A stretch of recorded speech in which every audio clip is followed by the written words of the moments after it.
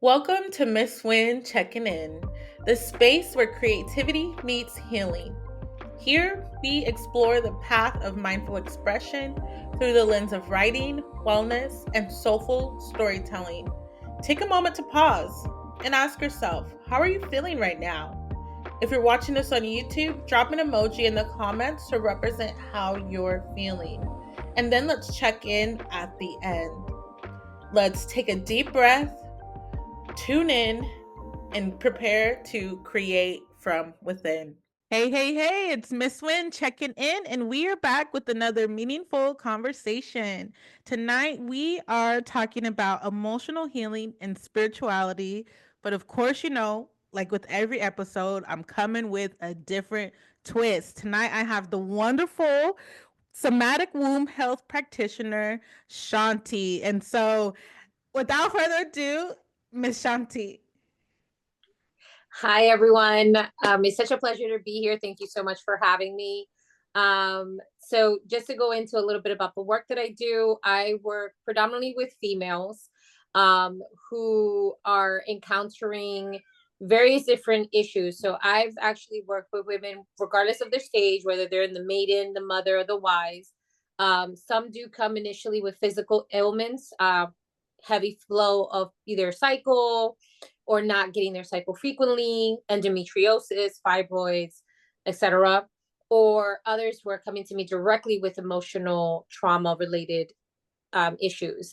And so, the approach that I take is really looking at the body as a whole, right? Because oftentimes, and I think we've been raised in a culture to think that our physical is very separate from our emotional bodies. And I like to look at it as we have three bodies. We have the emotional, we have our spiritual, and we have our physical. And when there's a disalignment, there literally is a signal that is being shared and how we're being woken up more or less on how to approach it. So I often have found that the body, the physical, is actually the last real kind of like wake up call saying, hey, the emotional and the spiritual, they're not aligned. Something has to give here. You're in this type of realm that you need to do some work, whether it is your own personal trauma that you've encountered throughout your life or the intergenerational trauma that we are reproducing on a day-to-day basis. And so the physical shows up, hence for why we're seeing such an increase of women developing fibroids and PCOS and endometriosis. And even something as simple as yeast infection, right? Bartholomew cysts, BV, they're all really truthfully connected to an emotional imbalance. And so when you start digging deep onto when did these things start to happen, what was going on around that time, what kind of relationships were you holding with the world and intimately, and then how that connects to our childhood with our relationship with our parents, mother and father, and so on, you can really decipher and really understand how it all interconnects with each other and then start doing the healing work. So that's the approach that I take, and that's how I've noticed that an emotional and spiritual healing and that journey, it doesn't just stop with doing simple things like whether it's prayer or meditation or finding your grounding. They all have to be in alignment, and you have to look at the body and the whole process as a holistic approach. Yeah, I like quite a few things that you've said. Where to start? So it seems like when our mind, our body, and our spirit are not in harmony, that's where we start seeing some of these things. I'm trying to sum up kind of what you said in a way that I understand it.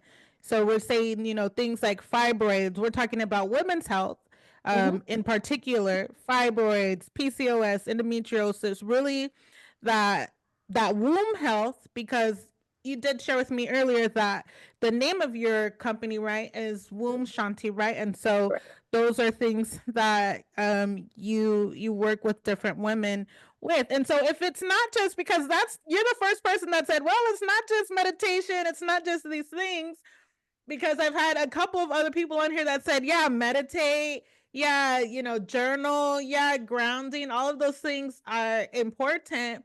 But what else? Give what? You're like, okay, yeah, that's I feel like that's shallow. I feel like that's okay, It that's just we is. just in knee deep. Take us a little bit deeper. It is. It's really doing the dark shadow work, right? Mm. It's looking at things from a lens of both being critical but also introspective, right? You have to be able to criticize yourself, but in a way where you can be subjective enough to understand why, when, where, and how, right? And I'll give you a perfect example. I'll actually use myself.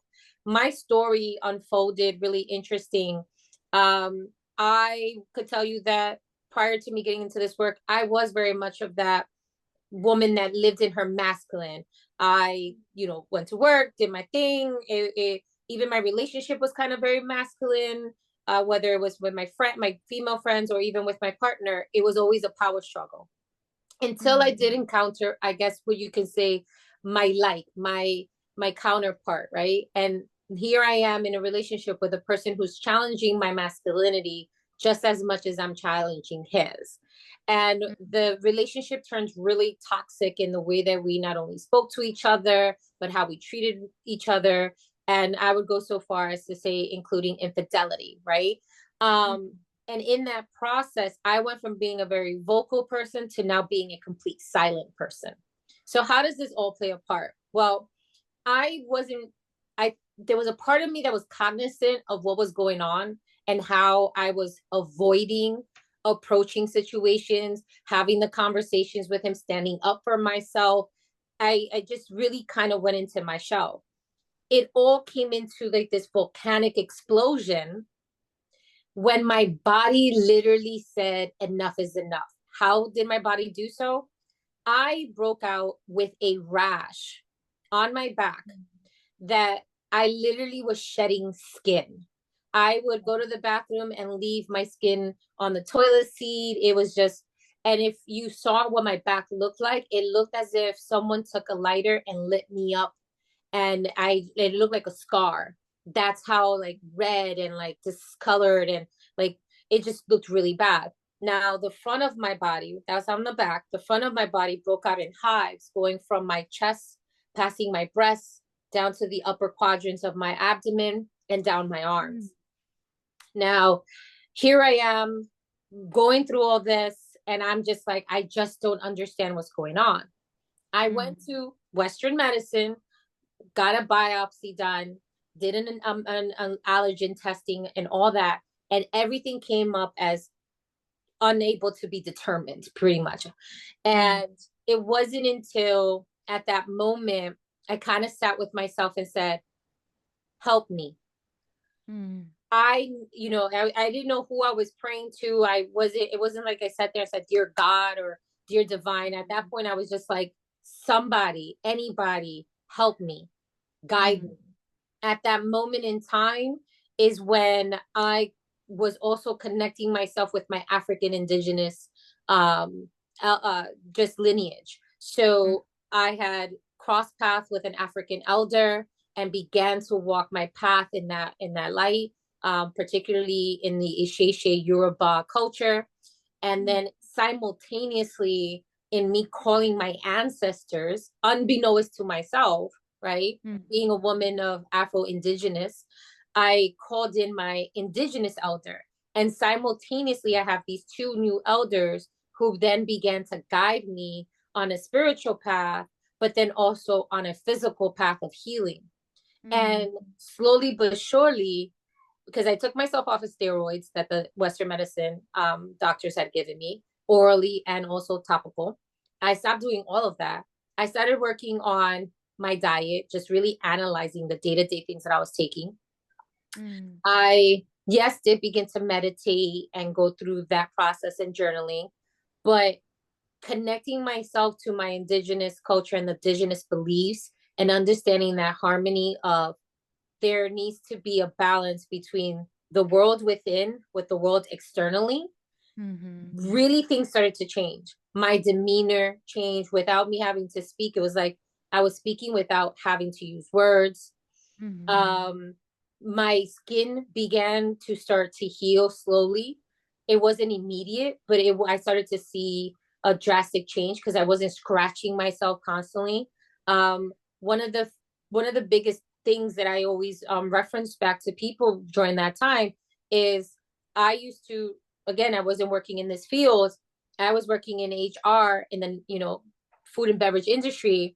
I'm on the 25th floor in Manhattan, downtown in on 42nd Street in the middle of the winter, no jacket, nothing, just in my, boots, and I'm standing outside with a bag of ice on my back screaming, I'm on fire. Somebody help me, I'm on fire. Because it literally felt like my skin was on fire because I wanted to rip my skin apart.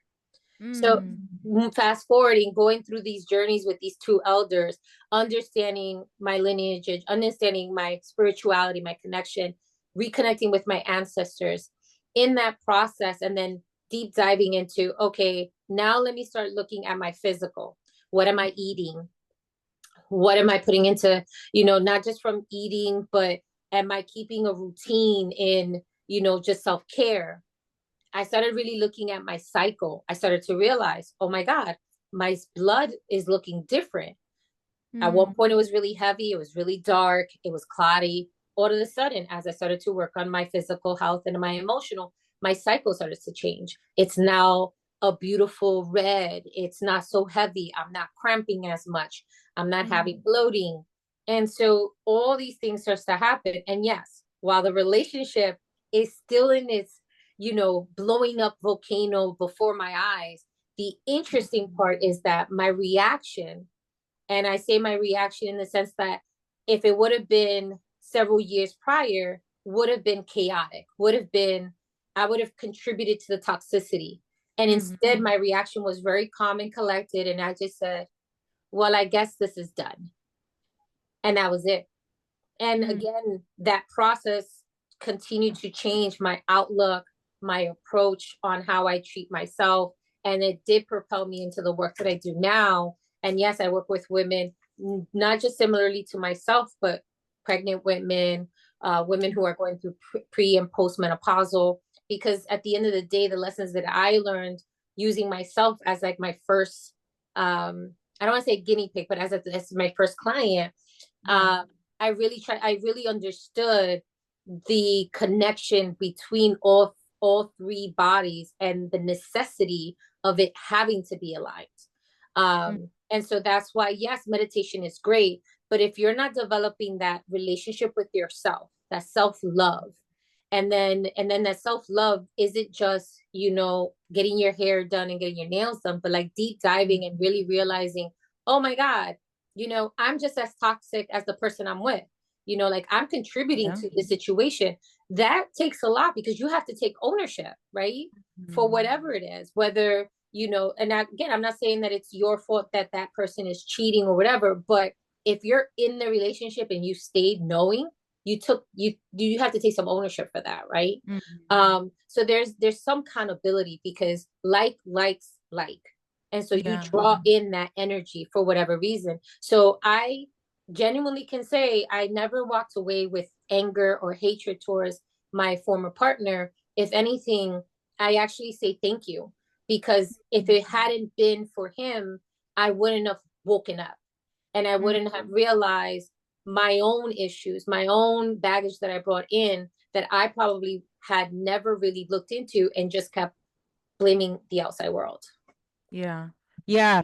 That's and we can go with that, always blaming the outside world for our problems. Like you said, I know a lot of people don't like the term shadow work, but we've been, I feel like I've been using this term on this podcast. Do you mind, and I haven't asked anybody this, do you mind like giving us more of a definition of what is shadow work? What does that actually look like? Yeah. How do you practice that? So shadow work is looking at the darkest parts of our psyche, right? Of our consciousness. And really there is fear attached to it. There is anger that's attached to it, and there is grief that's attached to it. But when you decide to take that journey, there is bravery in that as well, right? Because it can be dark and it can be lonely and it is very scary. So when you go in, you have to go in with gentleness and understand that in the Mhm. darkness is actually light. Mm. I think when we start thinking about darkness, we always pair it with negativity, right? The same Mhm. way like we've paired even the color black, right? The color black has Yeah. been attributed to a funeral or death. And Mhm. then death has always been looked at as like the end. Right. And yes, while death is the end, but what we're not looking at is that it's actually transformation. It is actually the end of one cycle and the beginning of a new cycle. So when you start looking at the dark shadow and dark shadow work as the beginning of ending a cycle and the beginning of a new cycle, then it Mhm. removes all that fear that is lingering with, oh my God, am I going to see, the boogeyman, so to speak? But the Yeah. boogeyman is you. So it's unveiling it, Mhm. right? So that's what the dark shadow is for me now. How can you practice it? There's various ways. Most people do there are some folks that like to do it alone. Mhm. I do encourage that people do it in a collective manner, simply because you want to have that bit of a safe container to not only journey through it, but also to just hear others, because oftentimes we do think that we're the only ones going through things. And so Yeah. having a community, a container that can support you and just be there, right? Not to Mhm. judge, not to give advice, but simply just sit with you and just be there to offer you a hug or a hand or to shed a tear along with you. It definitely changes the experience exponentially, but you can't do it alone. The Yeah. only thing is that when you're alone, you have to do all that for yourself. So you are taking on a little bit more, right? Because now you're your own therapist, you're your own mother, you're Mhm. your own, you're all these roles for yourself, and sometimes that can be overwhelming. But you can begin with, yes, journaling, yes, meditating. I think those are great opportunities, great outlets to kind of venture into these areas. And always go back and constantly ask yourself certain questions. Like if you started with a question, for example, like, why am I doing this? Mhm. What do I fear the most? Um, how do I process grief? Or why can't I process grief, right? You have to identify what are some of Mhm. the elements that you're most struggling with, and you frame it around questions. And then every time you're working on this aspect, you ask that question again, and you just write freehandily, no real thought to it. I've even encouraged clients to not only write verbal using words, but maybe write using imagery or Mm. color or sound, like whatever they're hearing through the practice and the work that we do, right? Because you just never know whether messages is going to be hidden. And then when you're doing it for a 1 week straight and you reflect back, it's really interesting to see the connection or where the key words or the key elements, symbolisms are lying in, right? Um, and I've seen folks where they started with words and ended with colors, and then it all tied in. And then Mm. connecting that back to an incident, a moment in time in history, your own history, where that created that imprint for everything else moving forward. And then that's when you start to begin to work through it. Mhm. And I've seen some magical work. I've seen some women confront, first unlock memories that they had shielded for so long, Mhm. um, to the point that during the work that we've done together, they not only remembered, but were able and took it upon themselves to confront the place because they weren't ready to see the person, or the person is no longer here, the person, and make peace, right? And understanding that peace isn't always going to be received or delivered with the actual words, I'm sorry, but Mhm. creating that peace for yourself where you can feel at peace and understand that, you just energetically and spiritually, you did receive it. Mhm. And so that's one way to definitely begin that journey. Yeah, no, that's a lot right there. Yeah, definitely. If you don't have your notebook out right now, if you're not picking up this vibe, I'm like, all I can say is, yeah, I'm like, let me take my notes. But no, I've definitely been there. I think for me it looked different. I want to say around this time last year, I had gotten a hold of like a free shadow work notebook or something. And I'm in one of these spiritual groups on Facebook. And I'm like, oh, okay, let me check this out.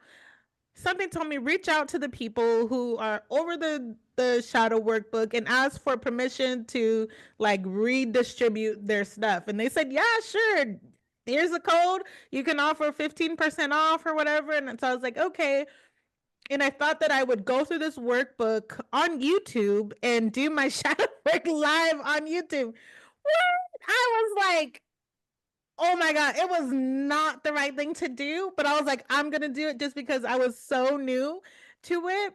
But I look back like a year from now. So this was a year ago. So yeah, a year from now, and how helpful it's been. Even though I can't tell you in like I can't articulate it to you what I actually did.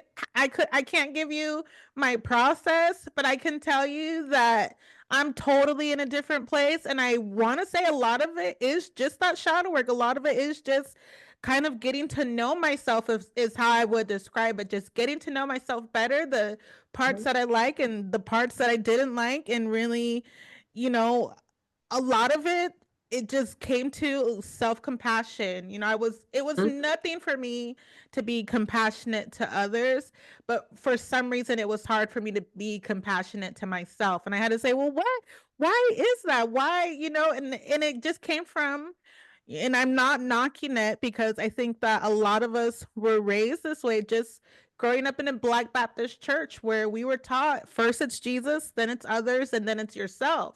And Absolutely. so I love Jesus and I loved others, but I never got to the loving myself more than other part, to that part. Yeah. Like I love myself, but I didn't love myself more than others. And with Yeah. that came so much crap. But it was like, okay, when I can flip that, I can love a divine. I wouldn't say that I'm a devotee to anybody. I would say I'm sovereign in my faith. Um, but even then, to me, that was a huge shift in the way that I've seen my life just change physically. It first absolutely did start energetically. I had a lady on here who said, for her it's not just body, mind, spirit, but it's body, mind, spirit. What did she say? She said energy, she said sexuality, and she said community. And she said all three of these things, when they're in harmony, then it does show up in our reality. That if you're out of line in any of these ways, it's going to show up in your reality. But also something that where I'm at now is taking some of those dark areas of myself. Like people could say that I'm mean. I do have a mean side. It depends on who I'm dealing with. People might say, just these different things. And somebody said it the other day. They said it so well. They said, I like the part of me that's a savage. And I thought, hell yeah, you know what? I actually like the part of me that doesn't put up with the bull crap, because I had always been such a people pleaser, and it was taking a toll on my health. And I mean, just 6 months ago, I looked like crap. I had a lady on here who's a body reader, and who's a face reader. And she said, well, what did you look like? I said, my eyes were as big as my glasses, girl. I said, it was just a mess. My hair was everywhere. It was a mess. I looked like crap. I got off of social media for 5 months to really focus on my internal healing. And since I've been back, I said I feel like I look better. I'm able to speak and communicate better. I'm able to be more creative, just from taking that time to just sit with myself and to do that emotional work. But it's so hard. It's so hard if you just don't even. Yeah. What about the people that are just kind of oblivious to where they are? I know you said for you, what did you say for you was your awakening moment when you, tell me again about that?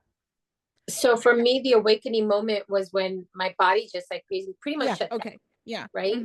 But even with the comment that you said, right? You love your savage self and that you could be mean.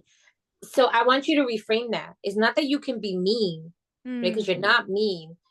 You just know what you like and what you don't like.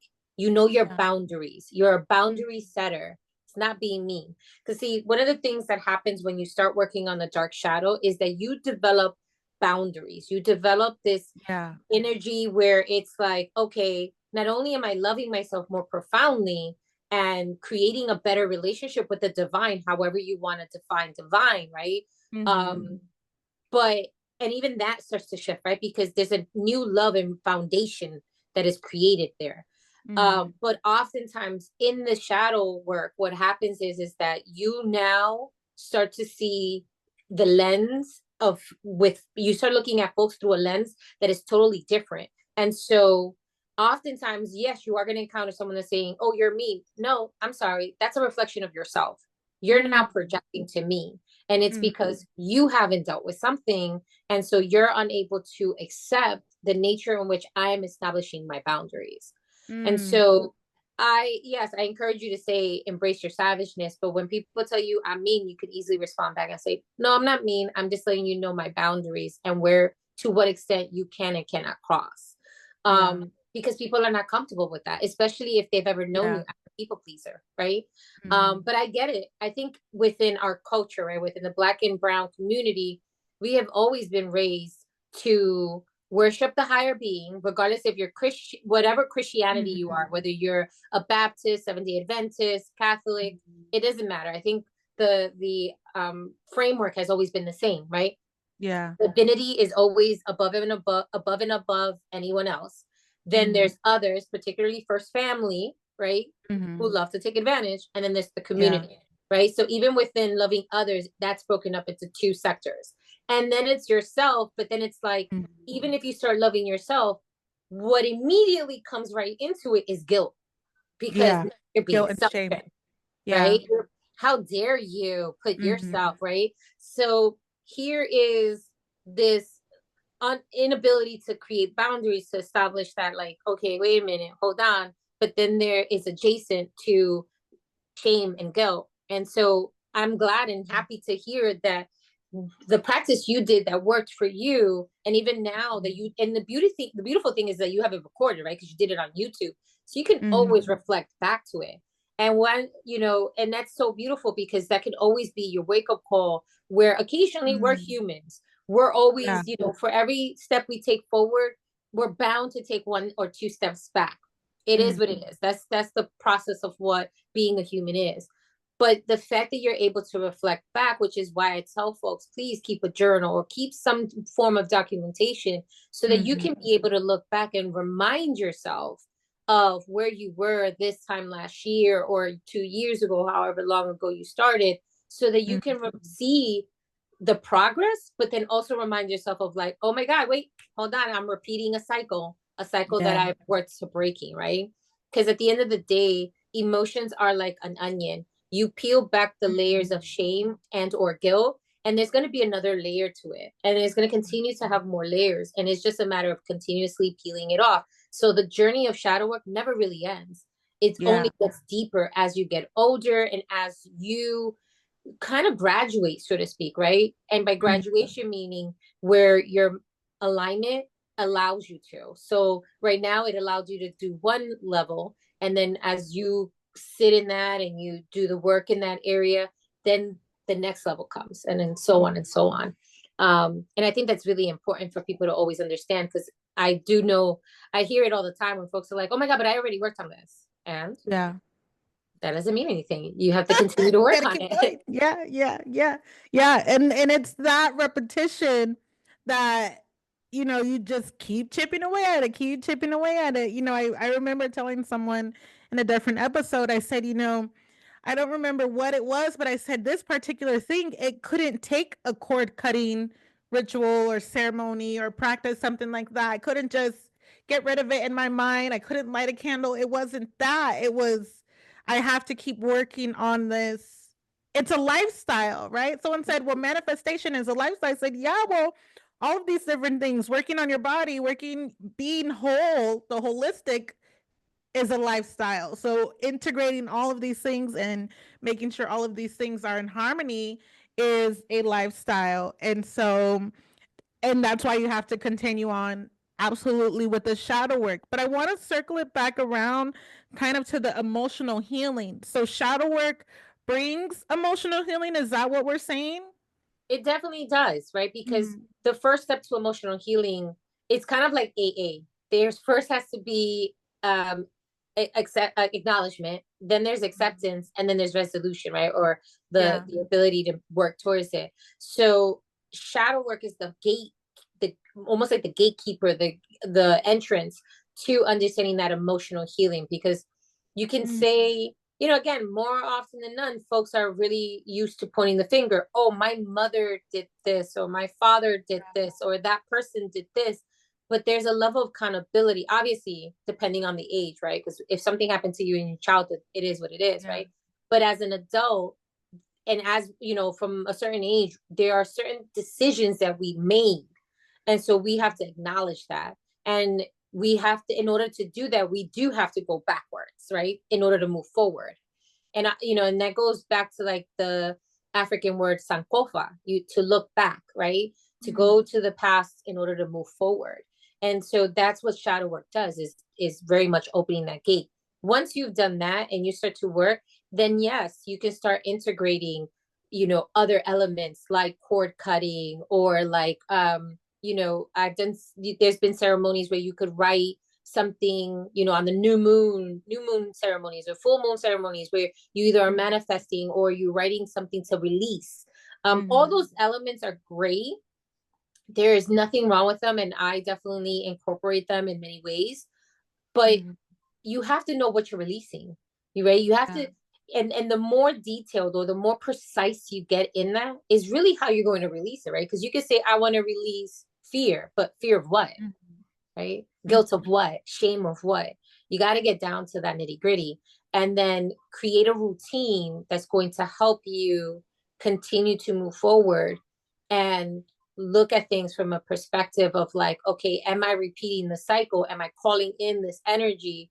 Right? And this can stump us from everything from financial gains to mm, finding true love, even to manifesting a child, because I've seen it, mm, right?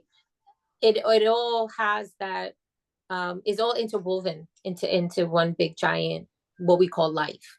mm, But it all has to start from somewhere. And so when you begin that, in that process of emotional healing, I strongly believe that the spiritual healing starts to happen, because yeah. you begin to have that conversation with the divine, right?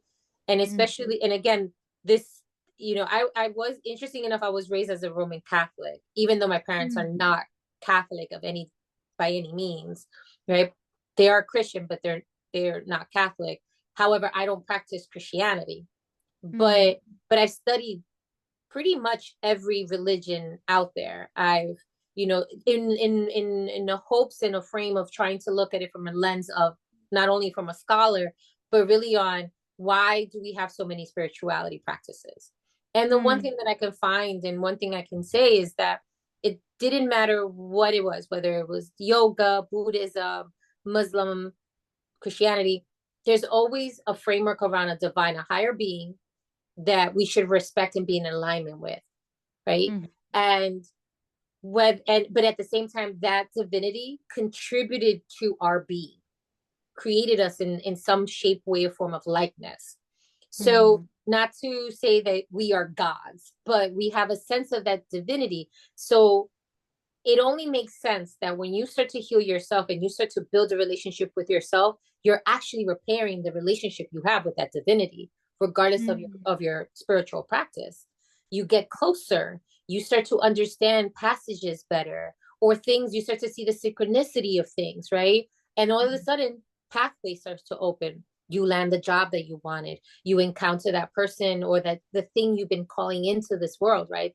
The mhm, partner, or even friendships, whatever it is, right? Things just start to happen.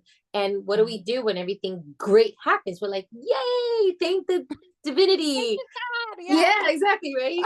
Yeah. We're quick to say that, but Mhm, we also fail to realize that sometimes the hardship is also being sent to us by the divinity to wake us mm, up so that we can get to that other side. yeah. So I never see it as like one before the other. to me, they're simultaneously. Yeah. Yeah, no, that's good. And while you were talking, I was thinking just even about my own self because I feel like I'm working through a lot of these things that I'm talking about. And so it's like bringing back just ideas and things that I've learned and things that I've heard people say to me. For example, and I've told this story over and over again because I feel like I'm still processing it. So in this place, so this is my home, this is a real background. Um, when I first moved in, which this was a manifestation, this was how I knew that I was um healing mentally, but also emotionally, definitely spiritually. I want to say I leaned more into my spiritual path before I started manifesting kind of the life that I want and desire. And so moving into my own place was a huge for me. I thought, wow, this is a huge manifestation that I just did. And so for me, it was just like total life changing. But on day 3 that I moved in, either day 3 or day 4, my kitchen floods. And I'm like, emotional. When I say emotional, I'm emotional. I'm in a group chat with a group of girls. I'm like, you guys, my kitchen is flooding. And one girl responds, trust the process. And I'm like, oh hell, like I'm not trying to hear that right now. Right now, I just need to be emotional. So that led me to write this whole book about, shut up and let me cry. Yes, it's important, like that, so I'm seeing both sides of it because what you said is, even those bad things that happen to us can lead us down a path. Like even those for me that was horrible. Like I just moved here. That was the last thing that I needed was to experience a flood on day 3. I just moved in. I'm thinking, "Oh my god, I'm going to have to pay for a plumber to come in." It wasn't even that. When the maintenance guy came in to like fix whatever it was, he was like, "Oh, just a little piece popped off. I just glued it back on. It's fine." And when I tell you, I shook this old white guy's hand and just cried, and he just stood there and just let me cry. Somebody's precious grandpa. I was just like, "Oh my god!" And he left, and heck yeah, I was like, "Okay, thank you, God." But in that moment, I knew, okay, girl, you got to get a hang of your emotions. One and two, yes, it's important. I value um relationships where I can express my raw emotions in the moment without automatically being encouraged. I love my friends down. They've probably heard this story over and over again. They've heard me talk about it over and over again.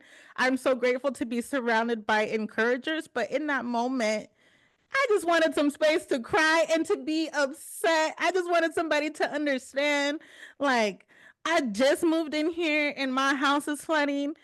And then it became a joke of, well, maybe it's a spirit. Maybe somebody died in your kitchen and they drowned. And so I'm able to laugh about it now. But what you said earlier about, well, maybe this is kind of how I'm making sense of it. Like maybe that moment, even though it was horrible, it was emotional for me. My friend was like, "Yeah, trust the process." But for me, I've had to rework that because I just don't like that phrase for whatever reason. It feels really dismissive towards me. So I say Mm-hmm. trust in the unfolding, right? Even though Good. this situation, yeah, I had an emotional reaction to it. I feel like that was valid. But trust in the unfolding. And so when I am coming up against like trouble or whatever, it's like, okay, trust in the unfolding. What is this showing me? How am I going to react to this instead of just immediately flying off the cuff? But like you said, we're human. We're going to have those times where we take those 2 steps back. But for me, it's like the way that I make sense of it is like a floor. And I know that I won't, or I don't know that I won't ever, but in my mind, I assume that I won't ever reach that low again because I'm more mature now. And so maybe the floor won't be as low, but it will still be, there will still be a floor there, if that makes sense. It does. But I actually want to encourage you. See, we as women, general, right, regardless of ethnicity, we have been told that our emotions are wrong, that Mm, we need to control them, that we need to have them in check. That's like second nature to us. We could be in a boardroom and someone could say the most misogynistic kind of comment, and we would just sit there like, okay, with a stern face or like chuck it up, right? So Mhm. actually, I'm glad that you cried. I'm glad that you had that Mm. emotional breakdown, because it was because of that emotional breakdown that you saw the outcome that you got. Had you Mm. not, and just kept it like, holding it in, you would have actually had the counter effects, right? Because now you're Mm. suppressing emotion. Now Yeah. that could have taken a bigger toll on you, both physically, emotionally, and spiritually. But the fact that you let Mm. it out, and that's what I encourage, even in the dark shadow, regardless of what you're doing, you Mm. gotta let those emotions come out, because unfortunately we were literally, and I want to say trained to withhold it. I mean, it's in our DNA, right? We were beaten as slaves and we were expected to not cry. I mean, Yeah. DNAs were being taken in the process because it was assumed. And even now, if we even take it into current day today, as a midwife assistant, we see it all the time where Black and brown women are not treated the same in the hospital because it's just assumed that we have a higher tolerance to pain. Yeah. So we're constantly being told and reminded to not let go of our emotions. So I'm Mm. glad that you did. And I'm going to encourage you to always do that. When I say reflect back Mm. to ensure not to repeat a cycle, I'm referring to more of like, let's say, for example, you're the type of person who has certain tendencies. For example, you, for as much as you are calling in, and I'm going to use relationship because it's a little bit easier to understand. Let's say you're calling in the perfect ideal partner, right? And you have Mhm. this list, but yet somehow you haven't vibrationally increased yourself. So you keep bringing in the opposite, the very thing that's Mm. going to constantly break your heart, steal your money, give you headaches, whatever whatever those outcomes are, right? That's Mhm. what I mean. It's when you're letting in individuals, and again, I'm using it in a relationship as far as like a partner, like your whatever Mhm. your preference is, but it could also happen even with our relationships with our friends and even with our mothers, right? Someone where, for example, you said earlier you were a people pleaser. So that's the cycle Mhm. that I mean that you need to be breaking, right? Is Yeah. ensuring that you're establishing boundaries so that people don't take advantage of you. And yet again, you don't fall into people pleasing for the sake of people pleasing, right? Yeah. That's the cycle that I'm referring to that needs to be broken, not not unleashing the emotion, because only Mm. through unleashing that emotion is that you're understanding and actually growing. And Yeah. you can understand like, oh wow, like that was a release. So I would even Mm. challenge you so far is to reflect back on that event, right? On that situation. You have your floor flooded. You just moved in 3 days. And yes, while you cried because you just moved in, I would look even deeper as to what did your apartment represent to you? Like when Mhm. you manifested it, what did it mean? What did it equate to as a representation?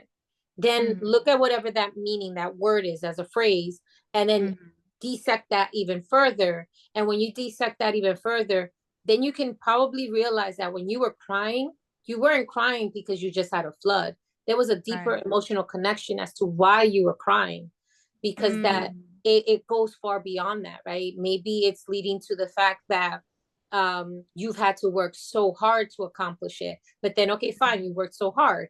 But why did you work so hard? Probably because you grew up in where things were scarce, right? Mm. Whether it was food, money, or whatever. So it was that trigger of feeling like I've came so far only to really have made a bad decision and brought Mhm. this, and now I'm going to be in a financial ruin, which would then equate to them being going back to a scarce mentality.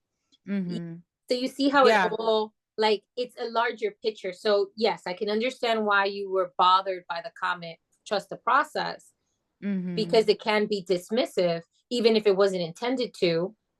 But Mhm. I would always advise and suggest for you, when you have those moments, go deeper, because there's a deeper representation Mhm. happening. And that's what I mean by the shadow work. That's how Yeah. far back you have to go. Wow. That's good. That's good. So if anybody's wondering, for me the word that came to mind was security. Like having my own place was security. I feel secure and just even stable, more stable in my own home. So And so now I'm gonna take you even further. Okay. And you don't have to answer it now. You could write it down or you can reflect on it Mm-hmm. later. I want you to think back to a moment where you felt unstable and that you didn't have security. Because those are Mm-hmm. two different things, right? Although Mm-hmm. they could have happened simultaneously, but they are two different things. And they could be a reflection of a time period where either A, you didn't have a security. And then again, what does security mean to you? Like, Mm-hmm. is it security of a home? Is it security of finance? Is it security, for protection? So deconstruct security even deeper so that you Mm-hmm. can get down to, because if it is protection, where did you feel unprotected? Go to that level. And then with instability, where did you encounter instability in your life? At what point, at what age, what was the incident? Yeah. Remember that time frame and look back at the circumstances. Who were involved? Where were you? How old Wow. were you? That's going to really tell you a lot more about that situation and why you cried. Yeah. And then what? What do you do with that information? Because I'm like, okay, I've kind of written down what you said, but then what do you do with that? It's just okay. Now I know, or It what is, do you well, do? it's more than that, right? Because now that Okay. you know Mm-hmm. that you're gonna, when you look at, right? Because right now, again, not to discredit your friends or anything, or Mm-hmm. just but when you think about property, right? You bought this beautiful apartment. People are Mm-hmm. just seeing it as a material thing. Yeah. But the fact that you're able to now connect it to something that means more than that, it Yeah. also goes to show how much you value the things that you work for, and it creates a different relationship for you, right? Because I know and I'm only basing this based on how you said it, that you really Mm-hmm. manifested this apartment, you were crying, Yeah. but I want you to now be more gentle with yourself with regards to, yes, you probably shook this man and he probably looked at you like, what is this woman doing right now? And you probably like, and it's more for you to reflect Mm-hmm. on being gentle in the words that you're using to Mm-hmm. recount that story, Yeah. because you weren't just shaking this man and he thought that you were, crazy. You were Mm-hmm. shaking this man because he offered a solution to a situation that at that moment you literally didn't have control of. So there's a control factor. You felt Yeah. unstable and there was a lack of security. Mm-hmm. So you're now approaching it in reframing how you speak of it and how you speak to yourself. And what does that mean? Mm-hmm. That now means you now developed a new relationship where you now start to talk about incidents that occur to you in a way where you're no longer judging yourself on like, I will never go that low. Oh, got it. Wow. Wow, y'all. Wow. We getting some healing from myself on tonight, I guess. But I hope other people are witnessing this and being able to eat off of this as well. Wow, that's I'm gonna have to do some reflecting tonight. I'm excited. I'm excited. Yeah, and so that's to me that is. I get what is that then? Is that emotional healing? Are we talking spiritual healing? What It's is both. that? All of it. Okay, it's It's all both. of it. It's all of it, Yeah. because remember how I said there's a Yeah. part of divinity in you. Mm-hmm. So you're healing that emotional, but that also that spiritual connection you have with yourself and that spiritual connection you have with the divine. Yeah. Again, you are part divine because you were Mm-hmm. made in he or she's likeness, right?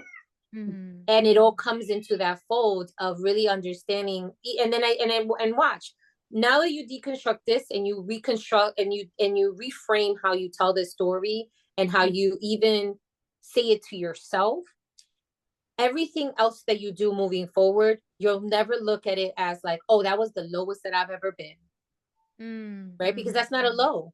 That was Yeah. just a trigger. That was a signifier, a red flag or a flare letting you know, Yeah. hey, I gotta work on it, ensuring that at least I don't speak to myself harshly when things don't Mm-hmm. go my way, or that when things abruptly happen, because it's happening for a reason. Yeah. And in that process, I'm going to understand that reason and where is it connecting as to why am I reacting the way that I'm reacting, so that, yes, if you want to try to not be so emotional, that's the way that you first start, because now you are Mm-hmm. realizing, okay, like, so things can happen, and rather than outburstly crying, you'll probably be more reflective on like, okay, Let me take a deep breath. Let me Mm-hmm. ground myself. I literally have water up to my knees right now. That's Yeah. okay. I'm Mm-hmm. not going to go into panic mode. I'm not going to let that little girl or, that moment in, right, that moment in history come back into play and get me to react, right? Instead of being introspective, be in the opposite, right? Where you're just reacting to the situation. I'm going to be methodical now. I'm going to Yeah. make a plan. I'm going to take steps on rectifying this. And where there is a problem, there is a solution. So Yeah. you're now approaching the situation differently.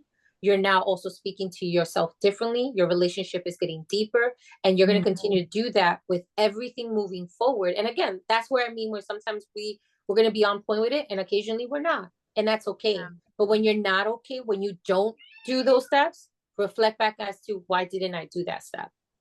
Yeah. Why did I go that route? Where is that coming from? Where is it connected to? How can I learn from it? And then you'll start seeing that it's kind of like, again, it's God or the divine coming in and saying, right on, girl. You did the Yeah. work. You now, yeah, that's how Yeah. I Now you needed to unlocked something. Yeah. exactly. Yeah, no, because while you were talking, I'm thinking, oh my God, it started to flood my downstairs neighbors and they don't speak a lick of English. So I'm flustered. I got my Google Translate out, trying to talk to these people. Oh my God, it was a time. But I'm so glad that, thank you so much for going through that with me. That was not in any of these questions. My pleasure, my pleasure. Because again, Yeah. a lot of people don't get the work. And so Yeah. sometimes, giving you an actual synopsis of what it is and how to do it, Mhm. it puts things into perspective. And again, shadow work looks different for everybody, Yeah. right? Some people, like I said earlier, some people want to go on the route on their own, and some want to go in a route of a container. I welcome and share conversations with everybody and anyone. And then I challenge it.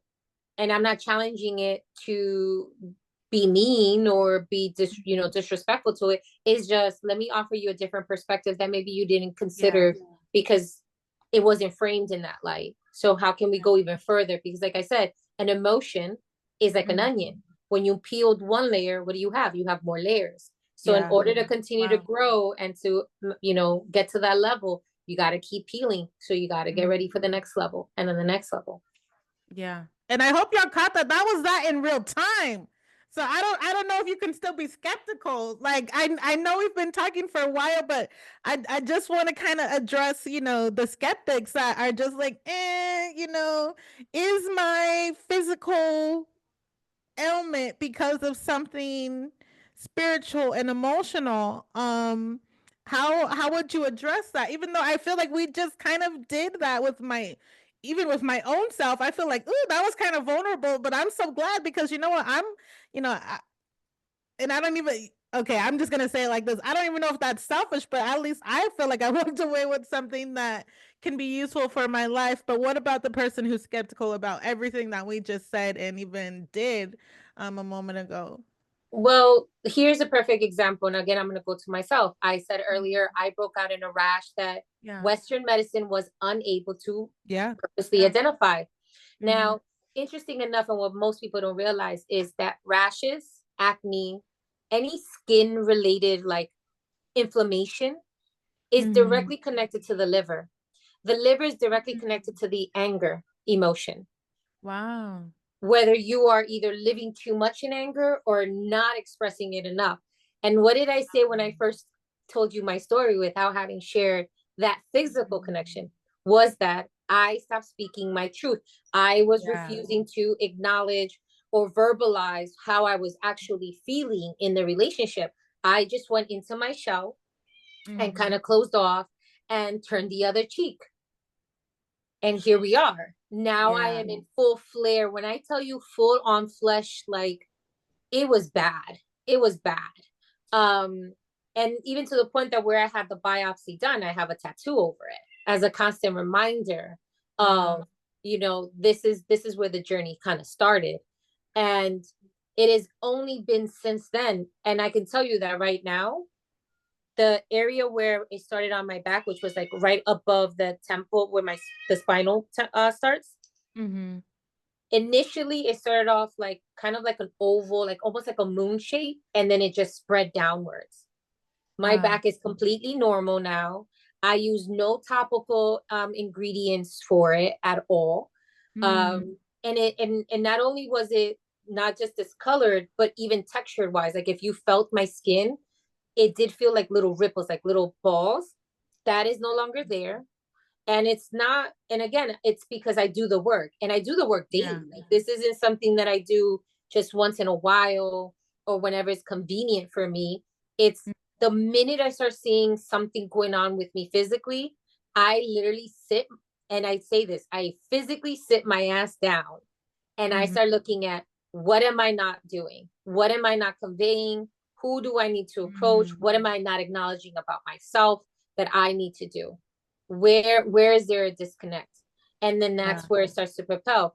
I literally look at my blood every month, and I Mm, analyze my blood from the smell, the flow, the color, the you know the frequency, right? So I'm mapping it, and I don't use, mm, I don't use birth control or anything like that. I use natural forms of contraceptive, and I track my mm, cycle with the moon, and just, counting my days, mm, using what we call the moondala, which is a whole nother conversation. And from there, I start to map out, like, okay, what is my cycle trying to tell me? And I can literally see whether I'm lacking iron, or I have, whether wow. I'm lacking or have too much iron, whether I have way too much estrogen. What do I need to feed myself to ensure that my hormones are on cue? And it's literally through my cycle that I realized that my hormones were unbalanced about about 3 months ago. I noticed it. And it was because the smell was a little bit very like metally. Mm, And in addition to that, the flow was just kind of like a little awkward. It was like really like almost like Niagara Falls one day, and then it was like, very whimsical the other days. And I was mm-hmm. like, this isn't my flow. This isn't how it goes. What did I start to do? I started to ensure I was taking my herbs for my hormonal balance. I Mm-hmm. made sure that I, started to recreate routines, because another thing too is, as we get older, our bodies are constantly changing, they're metamorphosing. So the Yeah. things that we used to do when we were 20, they're not going to work when we're 30. And the things that we did when we were 30 are not going to work when we're in our 40s. And that Mm, goes down to even the foods and the things that we drink. We don't recuperate the same, or our body starts to reject it. And at that point, you have to start looking at that, right? And yeah. gut health matters. All those, kidney health matters, liver health matters, because those are our three. There's many organs, but those three, that trifecta really plays a huge part in our hormonal cycle. And so that's a way that I can tell to the skeptics. Mm-hmm. Yeah, you can sit there and question everything, by all means do, but try it out. Give it a try, because Yeah. I can tell you, I did it, and it's still working for me, and it's worked for the women that I've worked with. Yeah. Yeah. And shoot, a whole testimony right here, Miss Chanti, a whole testimony. Even me, I'm like, woo, I'm like, what? I feel like something has been unlocked for me sharing that story again. And I'm like, why do I keep sharing this story? I said it again in a different episode. I was telling that same story about the little flood in my apartment.